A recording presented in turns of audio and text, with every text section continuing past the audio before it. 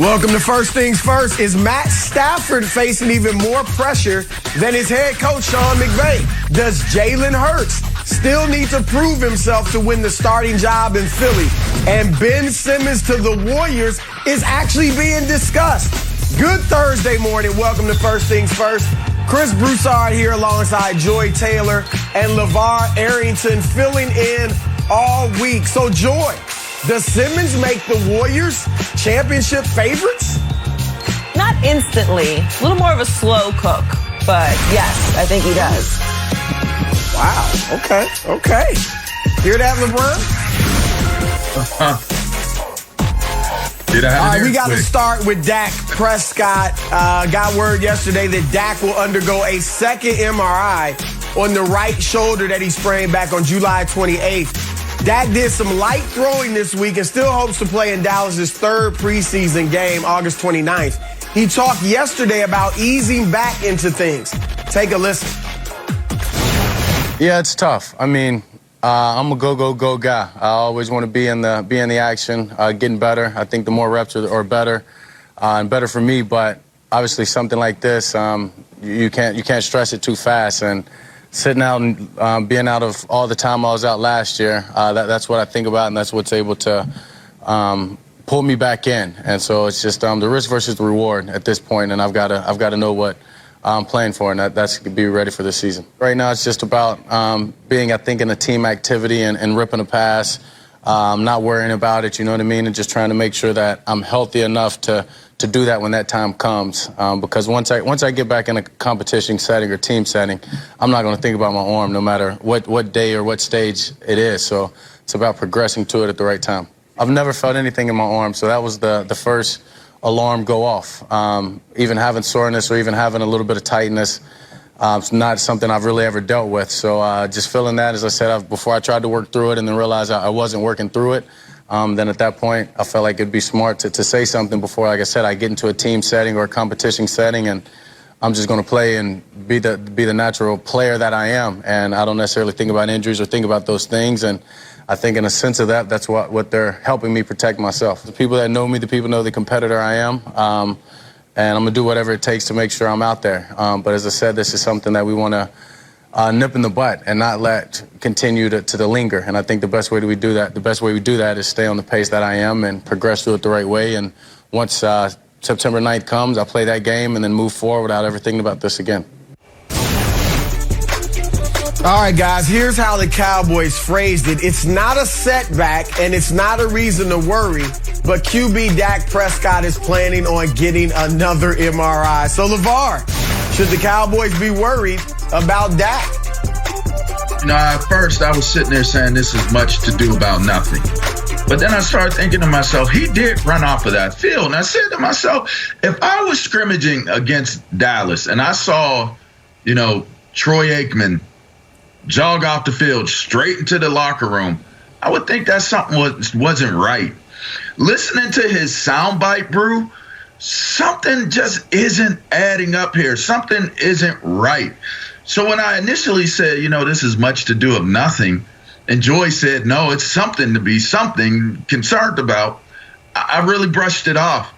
But today, you can't brush this thing off.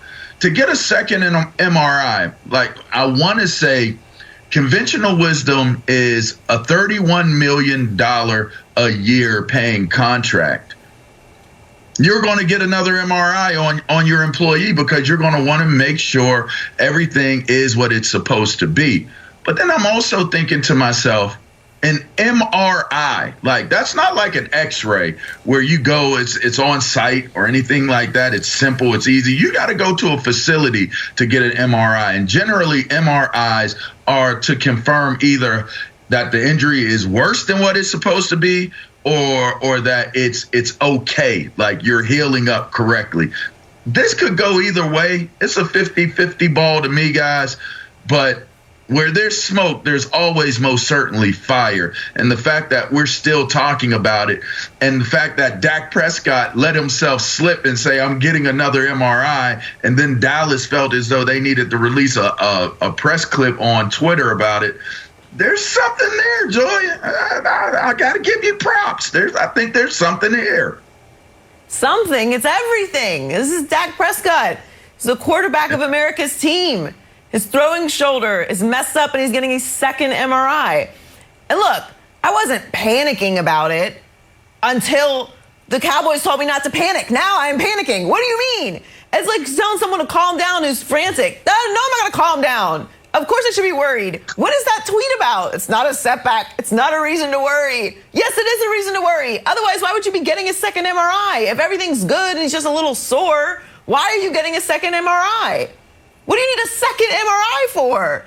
We need answers. Okay, we don't need answers, but we can fully panic at this point. Like, this is a reason to worry. Dak Prescott is the face of the biggest organization in all of sports. Not my opinion, that's just the facts. Like, the numbers support that. Dallas Cowboys is the biggest brand in all of sports. He just signed his massive contracts. They made all these offseason moves. It's in the second year with McCarthy. We're ready to take the NFC East and storm through the playoffs. But Dak Prescott is injured, and he's just coming off of another injury. This is bad news for the Cowboys. If I'm a Cowboys fan, I am extremely worried. That tweet did not calm me down in any sense of the word. This is a reason to be concerned. Also because, what were we talking about the other day? Their backup quarterback situation does not strike fear in the hearts of anyone. Forget the NFL. The rest of that division isn't worried about any other quarterback on that roster except for Dak Prescott. This is bad. Well, there's no doubt if this is serious, if this MRI comes back with a bad report, then yeah, the Dallas Cowboys are in deep, deep trouble. But let's calm down. I'm not ready to panic. I get it. The tweet was ridiculous. The tweet looked like something that a random 17-year-old fan would tweet, right? It's not a setback. Don't worry. I mean, you could have been more professional. How about Dak will have a precautionary MRI. He's been throwing the last 2 days. He hasn't been experiencing any pain. This is do it professionally. What is that? When I saw that came from the Cowboys official Twitter, I was like, are we serious? So I get, worry I think is a little too strong. Yes, you're concerned. Yes, you're being diligent about it. But I can understand, like you said, LeVar, what is another purpose for the MRI? To confirm that someone is healing properly. I think the Cowboys want to get out in front of this thing and say, look, we don't want this lingering. We don't want this popping back up in week 3 or week 4 when we are in a part of our schedule we should be winning games, and now our quarterback is down. So, look, he's thrown the last 2 days. He's not experiencing any pain. He's still pointing to August 29th in that third preseason game. Now, if they're lying to us, then all bets are off. And yes, the sky is falling. But if we can believe their reports that, he's thrown and he feels good, then I'm okay. I think this is precautionary. You just paid the guy $40 million a year. You want to make sure that he is fine and you don't go a second season with him being injured. So I'm not in panic mode, obviously. Concerned, yes. But I'm not ready to panic yet, LeVar. You know what, Brew? The thing about it is, it's like when I was young, I played in college, played in the league, and you meet somebody and they'd be like, I really like you for you. I've never dated an athlete before. Like, don't worry about it. Like, I'm not a groupie. Like, you're not a... That's what this hit me. This is how this hit me. I'm not going to lie. The minute you say it's not 100%, it is. So you've already told me it's a matter of, do I want to listen? That's kind of what I'm feeling right now. You know what else kind of hit me the wrong way, Brew? When I was listening to his soundbite, he said, they got to protect me from myself. It's like, I ain't never felt this before. I'm a go guy. I'm going to get it right. I got to be on the move. So they're taking precautionary acts to protect me, like help me protect me from myself. Like, I feel like I'm on track. Like, everything seems to be right. But you know what? I don't really know. And for what it's worth, and this is me paraphrasing, so don't take it as I'm saying, quote, verbatim, but it's like, and I don't care. Like, I don't know how bad or if it is bad, and I don't know, and I don't care. Like, to me, he handled himself in a good manner and in a professional manner. I'm not even tripping off of the tweet so much, to be honest. Jerry was sitting there off that yak, and somebody showed him that press clip of him, Prescott getting caught up saying he had to get an MRI, and he done fell off his bed, spilled his drink, and tweeted out, "This is not a setback. He's going to be fine." Yes, he is getting an MRI. That's what happened, Joy. And you know what? I think I'm not saying panic like the season's over, but I'm saying this is not a matter of saying it's just nothing at this moment. It's definitely not nothing. So what are you saying, LeVar? I shouldn't trust the guy that says, "Trust me"? Don't trust him. Are you honest? You don't have to talk about how honest you are. I saw you on the show, Joy, I promise, but I ain't trying to talk to you because I saw you on the show. I've never done this before. Run, Joy. That's all I'm going to tell you. Run away. I'm in check. I'm out of here. Listen, I'm panicked, Chris. That tweet put me over the edge. I knew it was something, and I would have been a little concerned with the MRI, but that tweet is a red flag. We go the opposite direction when we see red flags these days. That's what we're learning, all right? You got to pay attention to these things. Don't worry. That means worry. All right. Well, we'll have much more on Dak and the Cowboys later, but we got to shift to the association right now because the Warriors are thinking about trading for Ben Simmons. Oh, my. Would that move make them instant title favorites? We'll discuss that next on First Things First. Tonight, the Yankees and the White Sox travel to Iowa to play on the real Field of Dreams. Coverage begins at 6 Eastern on Fox and the Fox Sports app. So, Chris, what are you looking forward to see tonight? LeVar, I lived in Iowa for 2 years. I'm excited for the Hawkeye State. This is an NBA game in Rucker Park. This is a boxing match in the schoolyard. I just want to see what it looks like. You know what? I'm excited about it. The more I think about it, it's like, man, if you took 2 NFL teams to a high school football field and played a game, a real game, I just think that it would have some electricity to it that may not even, it just might not be matched on the pro level. So, Joy, I got to tell you, I'm pretty excited about seeing this and how it goes down. Yeah, it's America's pastime in God's country. It's going to be a great scene. Fans are going to be right up on the players, very intimate. It's going to be an awesome atmosphere. I'm looking forward to it tonight. Nice. Okay, looking forward to things, huh? Well, let's play a little in or out, guys. Y'all want to do it? We're going to do it? Yeah, let's do it. All right, let's start with some news. You know what? The Colts. That's a deal. All right, they're going to start with some good news here.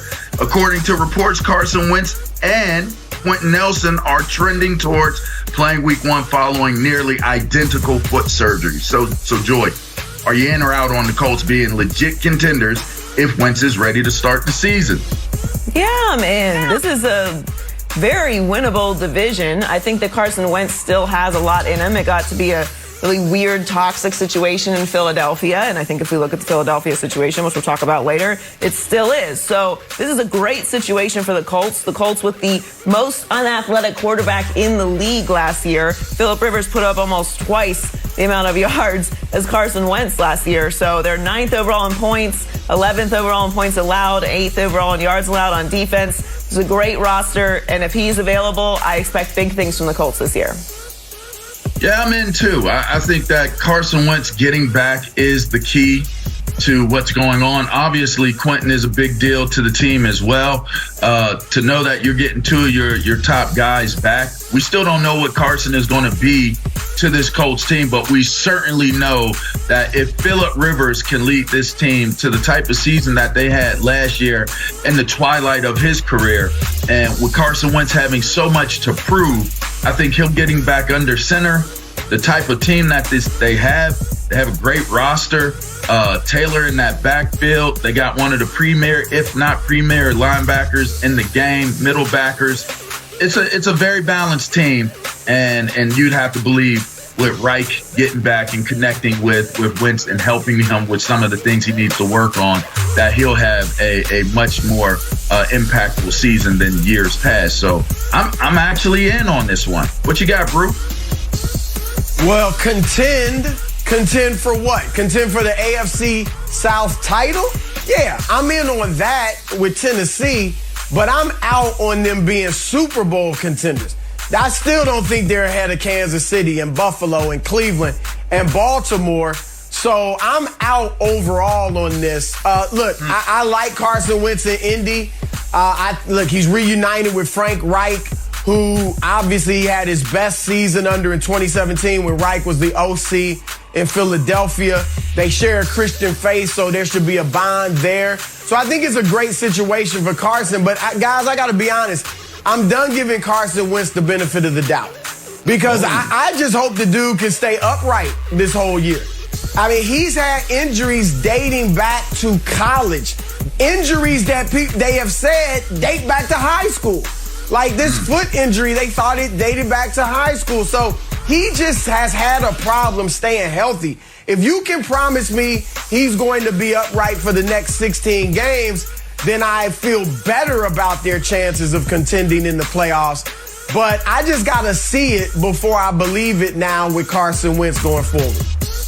Yeah, I think that's a great take on it, Brew. All right, let's shift to basketball. Y'all's boy, your boy, Chris Broussard. The Warriors are interested in trading for Ben Simmons. So the reports say there's some internal debate about, well, Simmons and Draymond, will they fit together? So, Joy, with this interesting topic, are you in or are you out with Ben Simmons working in Golden State? I'm in only because it's Golden State. Golden State has proven that they are a highly functional organization. They are a very intelligent organization.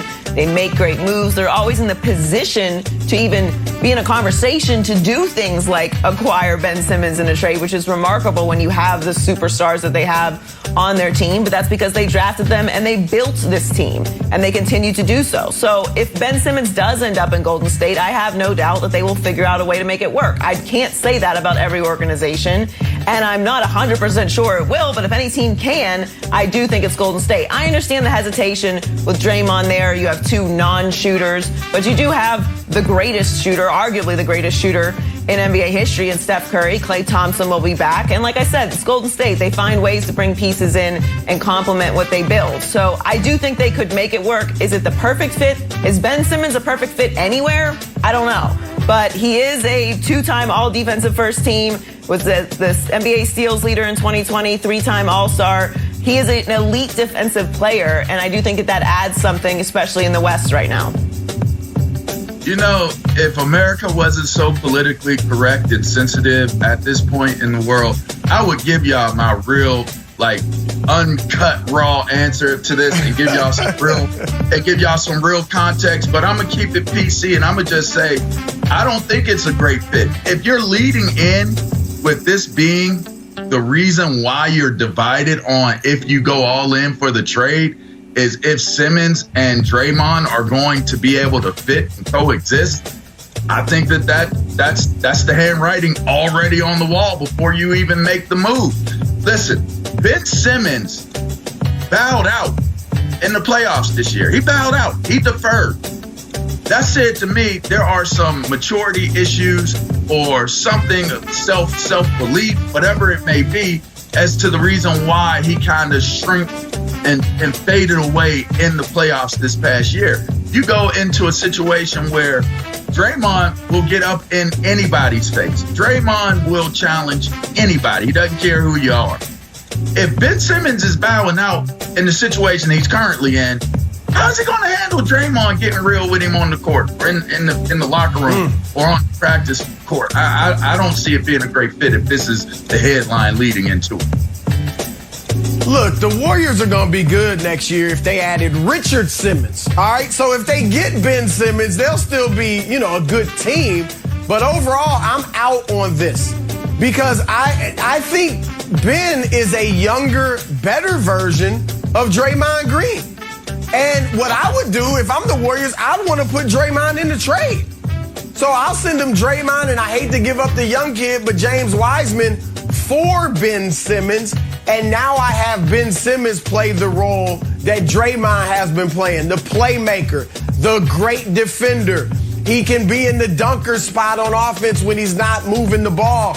I got to have him shoot some threes. At least Draymond will take the three, but Ben's got to do that at least. But he's a great replacement for Draymond. But those two together, I don't like it because I can't. In today's NBA, I get it. Clay and Steph are the best shooters in the game, and if they were able to keep Andrew Wiggins, which probably wouldn't be the case, but if just for argument's sake, he's another scorer. But I can't have two non-offensive threats on the court together in today's NBA. It just won't work. You look at Philadelphia, they had 4 offensive threats. Joel Embiid, Tobias Harris, Seth Curry, and Danny Green on the floor. And just having Ben Simmons, one guy of the 5 who wouldn't look at the basket, just that was a problem. And so to have 2 guys like that, I can't do it again. I hate Draymond, I get it. Inspirational leader, key cog in the mini dynasty, all of that. But I don't need him and Ben Simmons. I just need one of them, and I'd love to get Ben for Draymond. Hey, Chris Broussard, you give the ball away in basketball, but in football, you hold on to it. Maybe he should go play for the Eagles. Let's get back to football. Opening the preseason tonight, Hurts could use somebody like Simmons as receiver. Does Jalen Hurts still have some work to do to earn that starting job? We're going to find out next on First Things First. We're back here on First Things First. We're running the no huddle. Jalen Hurts is slated to start the Eagles preseason opener tonight against the Steelers. Birds head coach Nick Sirianni still hasn't named Hurts the starter for the regular season. So, LeVar, does Hurts need to earn the Eagles starter job this preseason? Oh, this is kind of like a trick question. And the reason why it's a trick question is because you got Joe Flacco. If you're from Baltimore, you'd have understood that. Joe Flacco as the backup. Joe had his time. He got a Super Bowl. I mean, he had one of the greatest defenses of all time with him, but he did well. But does Jalen Hurts have to beat out Joe Flacco? No. He has to play well enough to not give his job away and have everybody look at this as a dumpster fire before the season even gets started. Let's be clear here. If Jalen Hurts is not the starter for the Philadelphia Eagles, cash it in. You're not going to have a good year. You're punting on the season, and now you got to go all over again, start the process of finding a quarterback. So does Hurts need to earn the job? Yes, he has to earn the job, and he has to keep the job. Otherwise, this is not the team that the Philadelphia Eagles will have. And that's just what facts state. Jalen Hurts has to be the starter. Yeah, I would like to say yes to this because obviously Jalen Hurts is not of the stature where it's just automatically his job, right? I mean, he's not Aaron Rodgers. He's not a Pro Bowl incumbent quarterback where there should be no question about it. But the problem is when I look at Nick Mullins, the third stringer, I'm not going with him. You brought up Joe Flacco. Well, Joe is 6-15 as a starter over the last 3 years. So 36 years old, his day has passed. I'm not going with him. So the bottom line is I might want to put up the facade of a competition, of Jalen's going to earn this position.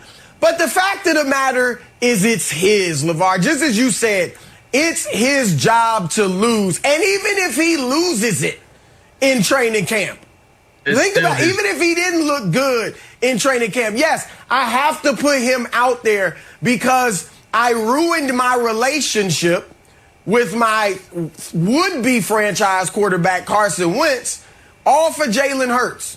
All right, so this season is about seeing what Jalen Hurts can do, period. They're not going to be any good. We all know that. So let's see if we do at least have our quarterback of the future. That is what it is all about. And look, he got a lot to prove because I love the intangibles. I'm a big intangible guy when it comes to quarterbacks. I think he's a winner. I think he's a leader. I think his locker room loves him. All of that. He's tough. He's resilient. All of that. But can he play football at this level at the quarterback position? He's good with his legs. But if you think Carson Wentz was bad last year, Carson completed a higher percentage of his passes than Jalen did. Carson had a higher QBR than Jalen did. It's a fact. Not fair. It's a fact. I bring facts, not feelings. I bring facts, not feelings, LeVar. So I'm just saying, I wanted the young boy, after the nice upset of New Orleans, he struggled. So I got to see what this dude is made of this year. So, yes, he has the job. I love him to earn it, but whether he earns it or not, I'm pushing him out there, Joy. Go ahead, Joy. Go ahead. I'll wait to rebut him. Go ahead, Joy. Go ahead. Look, I have maybe never seen a team fumble the bag more spectacularly or quickly than the Philadelphia Eagles. What a fall from grace. And can we please normalize quarterback competitions being a disaster? You know who doesn't have a quarterback competition? Kansas City Chiefs, the Buffalo Bills, the Tampa Bay Buccaneers, Seattle Seahawks, Los Angeles Rams. You know who does have a quarterback competition? The Philadelphia Eagles, who we can all consensusly agree that they're going to be the worst in the division, in what is arguably the worst division in the NFL. So this is not an accomplishment to have a quarterback competition. He's got to earn the spot. You don't have a guy. That's what you're saying. You don't have a guy at quarterback. Now, I believe that this should be Jalen Hurts' team. You drafted him in the second round. To Chris's point, you ruined your relationship with Carson Wentz. Everything is a disaster because of this situation. Why would it not be Jalen Hurts' job? Jalen is young. This is his second year. We know what Joe Flacco is. We know exactly what Joe Flacco is. We saw it last year. Joe Flacco is a backup quarterback in this league right now. If Joe Flacco is the starter of your team, you are in big trouble. And that's no disrespect to Joe Flacco, who once won a Super Bowl, but this is a different situation now. You have to give the team to Jalen Hurts. You have to allow him the grace to fail. Otherwise, why did you pick him? He has got to be the future, or you have to find out this year. So this whole back and forth quarterback competition, they're going to take reps. You know what Joe Flacco is. You have to find out what Jalen Hurts is. And there's value in failing. So allow him to go out there and learn. What a disaster the Philadelphia Eagles are. It is not a good thing to have a quarterback competition. That's why the fact that Chris Broussard just tried to conveniently lob out there to diminish and minimize Jalen Hurts is so jacked up. I ain't take you for that type of dude, Broussard. I really didn't. What? Hey, real quickly. Y'all keep talking about this ruined relationship between Carson Wentz. Keep in mind, if the ruined relationship between Carson Wentz could have been salvaged, it would have been by hiring a different coach. Oh, they brought in Nick Sirianni. They could have sat there and said, Jalen Hurts is not the guy for this team. They could have brought in a different free agent thinking to themselves, Jalen Hurts is not the quarterback for this team. They bring in a new coach. They bring in Joe Flacco. They're already telling you they're putting this season and what its success or failure will be on the arm of Jalen Hurts. So he has to win. They could have kept Carson Wentz. They could have kept him. They traded him away. They brought in a new head coach, and they brought in Joe Flacco. Jalen Hurts, you better win. You better play well, Jalen. Don't you make me look bad on national television. I thought you were going to rebut what I said. You actually bolstered it. All right, thank you. I agree. That's what I said. All right, he got to complete more than 52% of his passes. That's all the brother's saying. That's all. You was hating, Jay. You was hating on Jay. Just dropped facts. Joy, let's get out of here. He trying to say we got the same argument. Like you said early, last segment, sensitive PC times. I mean, the real comparison is Hurts and Flacco. They both played 4 games last year. Let's move on to Chicago. Bears head coach Matt Nagy said the preseason will be Justin Fields' time to, quote, show what he can do. The Bears open in the preseason Saturday against the Dolphins. So, LeVar, will Justin Fields be the savior for the Bears? Come on. Like, savior is a very strong word. Is he going to be the catalyst for change? 100%. I am a buyer and I am a believer in this Justin Fields. Young man is a stud. I can't believe that he's not getting the same type of high impact praise that, well, some other high profile quarterbacks coming out of college have received. He's a no-brainer to me. He's one of those can't-miss prospects. And when you look at the things that he brings to the table, tangible-wise, his ability to compete, his ability to read defenses, he delivers a very nice ball. He's not afraid to run the ball. He's fast. He's fast like Lamar Jackson. So you got a quarterback that can actually run the ball as effectively as a Lamar. Yes, people, he can run the ball as effectively as a Lamar Jackson, but he also can throw from the pocket. There are a lot of positives to have about this guy. The question is his supporting cast going to be able to do their part in making him look good and making his transition from college to pros an easier transition so that his talent can do the talking, as opposed to, us sitting there looking as though like somebody got it right for not taking him earlier in the draft. I think he is a can't-miss guy, but savior, I'm not going to say savior because I'm not going to put that type of pressure on him, but he certainly will be the catalyst for change if the Chicago Bears do what they need to do and surround him and protect him the way that and develop him the way that they need to. LeVar, you were right to go to the Bears, and this is largely about them. Look, the history is against Fields. All right, the Bears haven't had a great quarterback since Sid Luckman. All right, since he retired in 1950. Yes, I said 1950. I don't even think they were wearing face masks back then. That's the last time they had a great quarterback. All right, Ohio State. We have seen great college quarterback after great college quarterback not get it done in the pros. Terrell Pryor, Troy Smith, Cardell Jones, now Dwayne Haskins is struggling. So the history's against him, but guess what? Somebody's got to break the mold. And I do believe, for all the reasons you said, LeVar, that Justin Fields is a baller. I don't think he's can't miss. I wouldn't go there because I think very few quarterbacks are can't miss. But I do like him to go there and be the catalyst for change with the Bears. Like, he's accurate. He's got a strong arm. He can make every throw. He's athletic. He can make plays with his legs in addition to his arm. I think he's a leader. He's a solid, mature kid, too. So I love everything about him. I think he can get it done there. And they got obviously still a pretty good defense there. Allen Robinson at the receiver. So he's got some things to work with. So I do think eventually this is their franchise quarterback, but the history is against him, Joy. Go look at his IG account. And one thing you'll realize is that the correlation between him and guys like Terrell Pryor or Dwayne Haskins, there is none. Only thing that they're connected by is that they all played at Ohio State. That's it. You look at I hear you. Justin, he has no tattoos on him. He has no desire to flaunt any gold chains or a new car or his new ink, whatever it may be. That's not Justin Fields' deal. You know what Justin Fields is?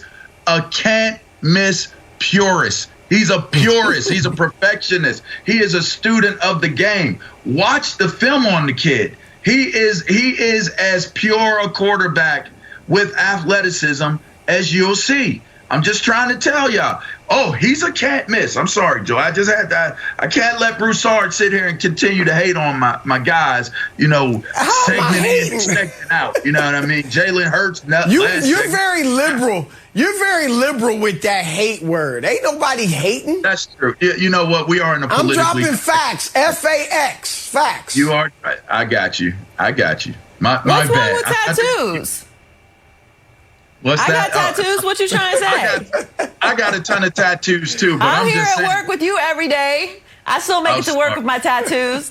No, I agree with you though, LeVar. I love Justin Fields. I don't know how Justin Fields really, in my opinion, dropped in the draft the way that he did. All season long, it was between Trevor Lawrence and Justin Fields. There were even some conversations about if Justin Fields is better than Trevor Lawrence. And now, and now he's in the draft. Zach Wilson jumped him. Trey Lance, who I like a lot, but is certainly more raw, does not have the same amount of experience that Justin Fields has. I mean, Justin Fields' college career, he's 20-2. He had 19 rushing touchdowns, 67 passing touchdowns, third in the Heisman voting. Like, he was the best player on the field in most of the games that he played. So I'm with you, LeVar. I don't Savior. All right, I don't want to put too much pressure on him. Pressure makes diamonds. I think that he is in a great situation actually in Chicago, because the city of Chicago is going to love him. Sid Luckman. Great point, Chris Broussard. It's been a long time since the Chicago Bears have had a legitimate quarterback. And I think he is a legitimate quarterback. My fear with the Chicago Bears is, are you going to give him the job? Similarly to what we're talking about the Philadelphia Eagles. We know Justin Fields is the future. I don't like how we've gotten into this habit where we feel like we have to coddle and protect rookie quarterbacks. Any other position, if you're drafted that high, you're expected to play right away. You're expected to contribute. We are going to give you some grace and development, but you're expected to be on the field. I understand certain situations have benefited players. I mean, Patrick Mahomes, Alex Smith, great situation. Brett Favre, Aaron Rodgers. But look at who they were sitting behind. Like, Brett Favre is a Hall of Famer. Alex Smith is an incredible player, a brilliant leader, a man that's going to invest in the people around him. It's not always the best situation to have rookie quarterbacks on the sideline. I do believe in the process, in the learning process, in rising and falling. That is your education. That's your football education. And to your point, LeVar, Justin Fields is a purist. So I want them to give him this team. And I do think he is the future of the Chicago Bears. I'm very excited to watch his career, and I'm rooting for him. Note he did go against Trevor Lawrence head-to-head. So do not make the mistake of thinking, oh, he's no Trevor Lawrence. They played on the same field in the college playoffs, and Justin Fields was the best player on that field that day. Now, what you want to do with it, you do with it. But if we're talking facts, Justin Fields was the best football player on the field the day Clemson played Ohio State in the college playoff. I'm going to drop the mic right there. Can't miss is strong. Just like you said, Savior is strong. Yes, can't miss is strong. Yes, RG3 was a can't miss. RG3 was a can't miss even after his first year. Even after his first year in the NFL, we thought he was a can't miss. Be careful with those two words. I said Andrew Luck was a can't miss. I never said RG3. I don't know who said RG3 was a can't miss. You may not have, but everybody else did. All right. All I'm saying is just those are strong words.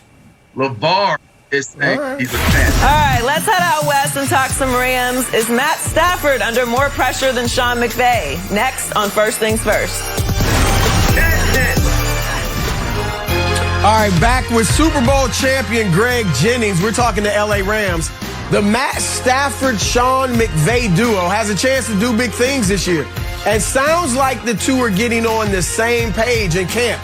Stafford said yesterday, quote, "It's been great working with him. He's a really bright guy, has great energy, and knows how to command a room. But at the same time, he's so approachable. And everybody loves him. It's really fun challenging each other. He's trying to get the best out of me, and I'm trying to get the best out of him. That kind of friendly, fun competition and pushing each other is what it's all about. I'm loving it." So, Greg, who's under more pressure this year for the Rams, Stafford or McVay? Well, let's be clear. They're both under pressure, but the most pressure is going to be Matthew Stafford. He carries the most weight when you look at this situation, simply because you get rid of your Super Bowl contending quarterback. Whatever we feel about Jared Goff, he was able to get that team to a Super Bowl. They did not win. However, you move on from him thinking Matthew Stafford and all his potential and everything that he possesses at the quarterback position can get us over the hump. So now you look at the Rams and what they've been able to accomplish. This is a team that has gone to the playoffs. Sean McVay, as head coach, has taken his team to the playoffs 3 of his 4 years of being a head tenured coach. And so when you look at that, his success rate is high. Matthew Stafford has only been to the playoffs 3 times. He's never won a playoff game. All the potential and all the yards and all the accolades that we know that he has and he possesses, Matthew Stafford, it's been for naught, because ultimately in this game, in sport, you have to win, and you have to win when it counts most. And when it counts most is in the playoffs. That's the expectation of Matthew Stafford, why they acquired him. What they believe they can get out of him is playoff wins, not only, but a potential opportunity to contend for a Super Bowl. That's the pressure Matthew Stafford has walking into the LA Rams situation this year. Yeah, I totally agree, Greg. All the pressure's on Matthew Stafford. It's not on Sean McVay. Sean McVay is not on the hot seat. He ain't going nowhere. Sean McVay would be unemployed for 45 seconds, and then someone would hire him. Sean McVay has been to a Super Bowl. He's 43-21 in 4 seasons, and what we can probably all agree is the most competitive division in football. This is on Matthew Stafford. We've been hearing a lot about Matthew Stafford for a long time. And to Matthew Stafford's credit, he has always been able to put up great statistics with usually not the best team. And I mean, if you compare the seasons last year, obviously Jared Goff was struggling. But Matthew Stafford, they had similar passing yards with 26 touchdowns to 20 touchdowns with Jared Goff. 10 interceptions for Stafford, 13 for Jared Goff. And we know what the records are because they didn't have the same level of coaching and they didn't have the same level of team around them. Well, Matthew Stafford has switched with Jared Goff, which is kind of an ironic experiment, to see what he is going to do there. Jared Goff is going to go to Matthew Stafford's team, a player that everyone thought was a bust, who was working with Sean McVay, now with a team in the Detroit Lions who's struggled almost every single year. So now we're going to get to see what Jared Goff really is. And now Matthew Stafford coming from Detroit, a team that's struggled, to a team that's been in the Super Bowl recently, who has Sean McVay. And now we're going to get to see what Matthew Stafford can do with a great team around him. Because we've always thought Matthew Stafford was extremely talented, but what can he do when he has good coaching? What can he do when he has weapons around him? What can he do when he has a good defense, when he has a good offensive line? We're going to find out. I don't have any questions about what Sean McVay is capable of. I have questions about what Matthew Stafford is capable of. And in this division, he's going to have to put up or shut up. So the pressure, to me, is on Matthew Stafford. It's Sean McVay.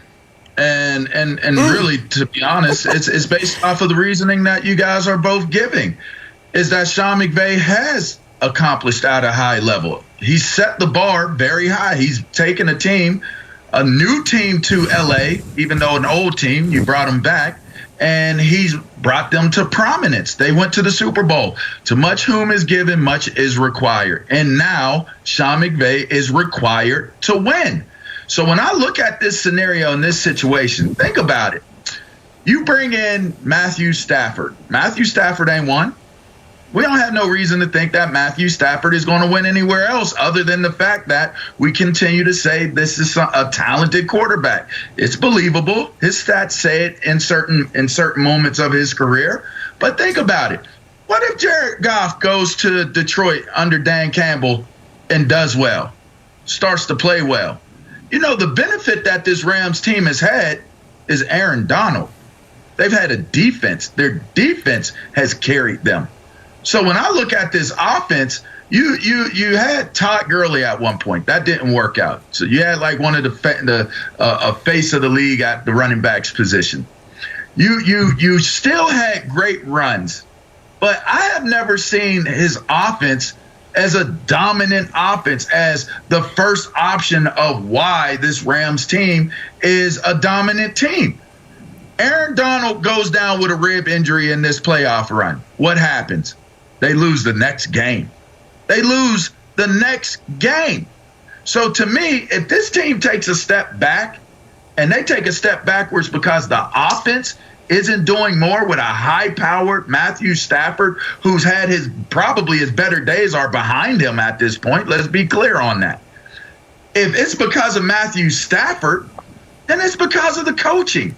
And to me, that's a bad decision if you don't get a high-level performance out of Matthew Stafford this year, Chris. It's definitely on the coach. It's on Matt McVay. Sean McVay. Matt, get it? Matt Stafford, Matt McVay. All right, okay. LeVar, here's what I get. I get the pattern and the tone that you've set on this show this morning. Okay, you're defending all quarterbacks. No quarterbacks can do wrong, all right? Not Jalen Hurts, not Carson Wentz, and now not Matthew Stafford. That's the only logic I can see in you choosing Sean McVay in this. Sean McVay is not up for question. I get that he got undressed a few years in the Super Bowl by Bill Belichick. But even his down point, his cellar was 9-7. All right, they've made the playoffs 3 of the 4 years that he's been there. Do you know what the Rams were before Sean McVay got there? They hadn't had a winning record in 13 years. They had you were in high school the last time they had made the playoffs before Sean McVay got there. All right? I mean, come on, man. This is all about Matthew Stafford. Joy and Greg laid it out. This dude was a number 1 pick in 2009. He doesn't have one playoff victory to show for it. He's only been to the playoffs 3 times. And in those 3 games, 4 touchdowns, 3 interceptions. So all those gaudy stats have been thrown out the window when the pressure really was on Matthew Stafford. On top of that, they gave up Jared Goff, 2 future first-round picks, and a 3rd-round pick. Man, he better deliver. He better deliver, Greg. I know you with me. Holla if you're with me, Greg. I'm with you, Chris. I'm with you, Chris. Look, you both have laid it out. And I want to touch on a couple of things. Joy hit it right out the gate. We've always seen Matthew Stafford in Detroit and said, well, he doesn't have any personnel surrounding him consistently. And when you really look at it, he's always had a piece or some exactly. He's always had something. But now he goes to a situation where it seems to, at least on paper, it appears every piece is in place. Offensively, defensively. Now you lose Cam Akers. Oh, now that's even more pressure added on Matthew Stafford. How much more can he do? What load can we now put on him to make sure that our offense resembles what we expect it to be? And then, LeVar, you talked about them a couple years ago. And them play calling. Wait. LeVar, you talked about this offense not being the catalyst. Well, the Super Bowl year, their defense was lights out. They've always had a really good defense. But offensively, this was a juggernaut.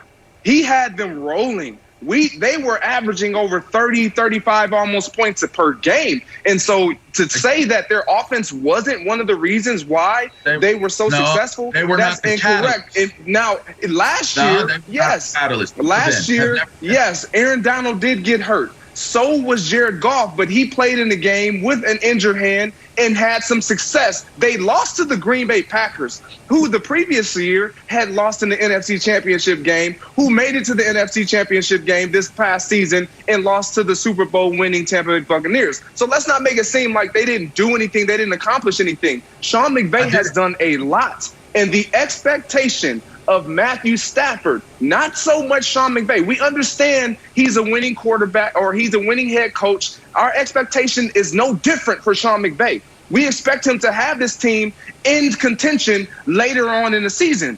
But now with Matthew Stafford, we've never expected Matthew Stafford and the Detroit Lions, him to carry that team to the postseason, to win. But now the expectation is at that quarterback position, can you sustain the success that we built and take us even further now? So y'all saying take a loser and now he has pressure to be a winner. More pressure than the coach that's winning. Y'all sound silly. Hey, let me tell you something. This dude has not won in his career. He hasn't won in his career. So what that he was a top draft pick? So what that he's had great stats? Y'all saying bring a loser to a winning team and there's more pressure on the winning, or there's more pressure on the losing guy coming to a winning team than on the coach that's coaching that team. Now, I never said that they didn't have a good offense. I said they're not the catalyst. You and Broussard, you come on. Now y'all want to be putting words in my mouth. Brew, you get upset when people put words in your mouth. You get upset when people make assumptions about the things you say. Now I'm bothered. I'm warmed up right now. You know why? Because y'all making arguments based off of what I didn't say or off of the context of what y'all thought I said it in. I did not say they did not have a good offense. I said they have never, under McVay, their offense has never been the catalyst of the success of this team. So no, they haven't been. And furthermore, when you look at this offense and you take away Jared Goff, who was there when they made their Super Bowl run, if they're going to make a Super Bowl run this year, are you going to give the credit to Matthew Stafford for them making the Super Bowl run, or are you going to give it to McVay bringing Matthew Stafford in, unloading Jared Goff, adding him to your offense to balance out what you believe is a balanced team where you were only missing one piece? Your one piece was at quarterback. So you're telling me all the pressure now goes from you having this complete team that's ready to contend for a Super Bowl, and all the pressure now goes to Matthew Stafford. Please, don't sit here and tell me, and he's not. I'm not talking about him getting fired, Joy. Never said you're going to get fired. He'll get a job in 45 seconds because he's Sean McVay. You're right, he'll get a job. He's not going to get fired. It doesn't mean that he's not going to be under pressure to have success. Now y'all can go. I'm good. Well, hold on, but LeVar, you talked about Matthew Stafford's never won. Now we expect him to win. We aren't the only ones. The Rams expect him to win. You see what they gave up for him. Jared Goff, a quarterback who had led you to the Super Bowl, plus 2 first-round picks in the third. Come on. They expect a ton out of this guy. And if they get to the Super Bowl, Stafford will get the credit. Stafford will get the credit, and if they fall in their faces, Stafford will get the blame. And who will get more credit? I think Stafford will get a ton. I mean, assuming if he plays really well, he'll get a ton of credit. He'll get a ton of credit. Stop that. All right. You know we're going to let you off the hook, LeVar. We're going to move on and let you off this hook. All right, we're back talking Dak Prescott in a minute. Will his shoulder derail the Cowboys Super Bowl hopes? Dak doesn't think so. Take a listen to this. People that know me, the people know the competitor I am. And I'm going to do whatever it takes to make sure I'm out there. But as I said, this is something that we want to nip in the butt and not let continue to linger. And I think the best way we do that is stay on the pace that I am and progress through it the right way. And once September 9th comes, I'll play that game and then move forward without ever thinking about this again.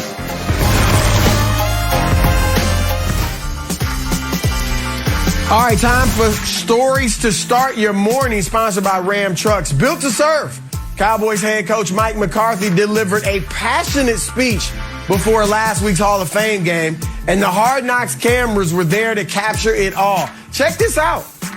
Because it's hard not to reflect on what we went through last year. All right? This is last year.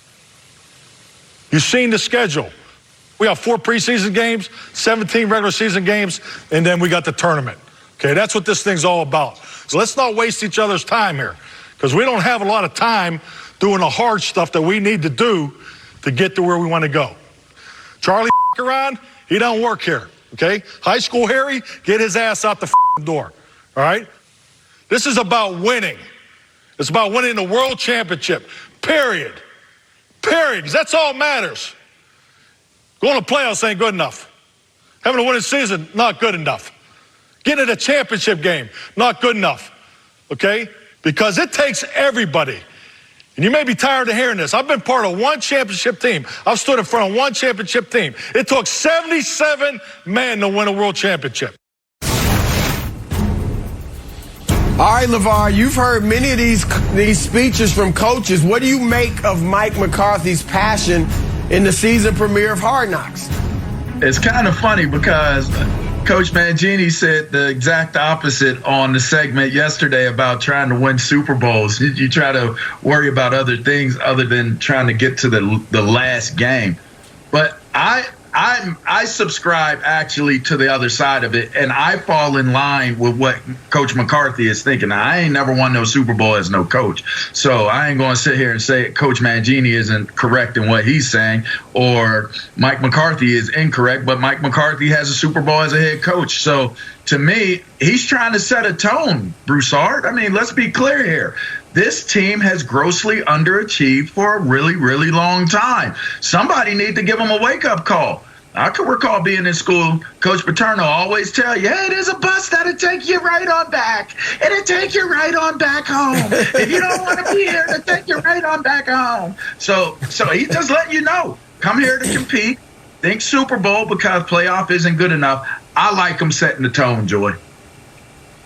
Yeah, I like the mentality of it, but he came across as a little inauthentic to me and unrelatable. He kind of felt like the dad who's trying to hang out with his son's friends and like make jokes. Like, the Austin Powers moment was fun for me, but I'm an old lady. Like, I watched Austin Powers. Most of the guys on this team have never even seen Austin Powers. They have no idea what a mojo is. Like, that was funny to me, but I'm old. I'm like older than 99% of the roster for the Dallas Cowboys. So he just kind of felt a little bit like he was trying to be relatable and trying the rah-rah stuff. I like the standard of Super Bowls. I like that he's trying to set that. And I actually think people are a little bit too hard on McCarthy. He did win a Super Bowl as a head coach. Everyone gives all the credit to Aaron Rodgers for that, but there's a whole other side of the ball too, and there's a lot of moving parts. I think he deserves some credit for what the success that he had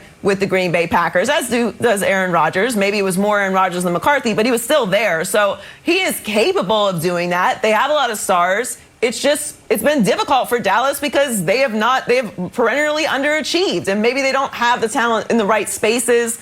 Who knows? But they've made some big changes this year. I like to see him setting the standard. It just feels a little bit like, dad jokey, and I don't know if the players are really latching on to that. If I'm Mike McCarthy, I'm leaning more into making Dak the vocal leader. Let him be the rah-rah guy, and let me be the guy that implements the structure and what's actually on the field going to get us to winning football. No, I loved it. I loved it. And LeVar, I'm not even sure Coach Mangini is against this, because remember the context yesterday when he said that they were thinking too much about the Super Bowl in New England. That was coming off the Super Bowl win. So he was saying that year after we won our first Super Bowl, we were thinking too much about. So I think, look, I wouldn't expect anything else from my head coach if I'm the Dallas Cowboys. Now, if this was Jacksonville or Cincinnati, then I don't want him saying it that way. Yes, you might say we're here to win a Super Bowl, and today is the first step. Like, you understand it's going to be gradual. We're not there yet. But if I'm Dallas and I've got the best quarterback in my division that I just paid $160 million, I got one of the best receiving corps in the league, I've got one of the best running backs we think still in the league, my offensive line is good when healthy, I've got names on the defense, I got future Hall of Famer Micah Parsons in my linebacking corps, according to LeVar. So I'm just saying their standard should be that.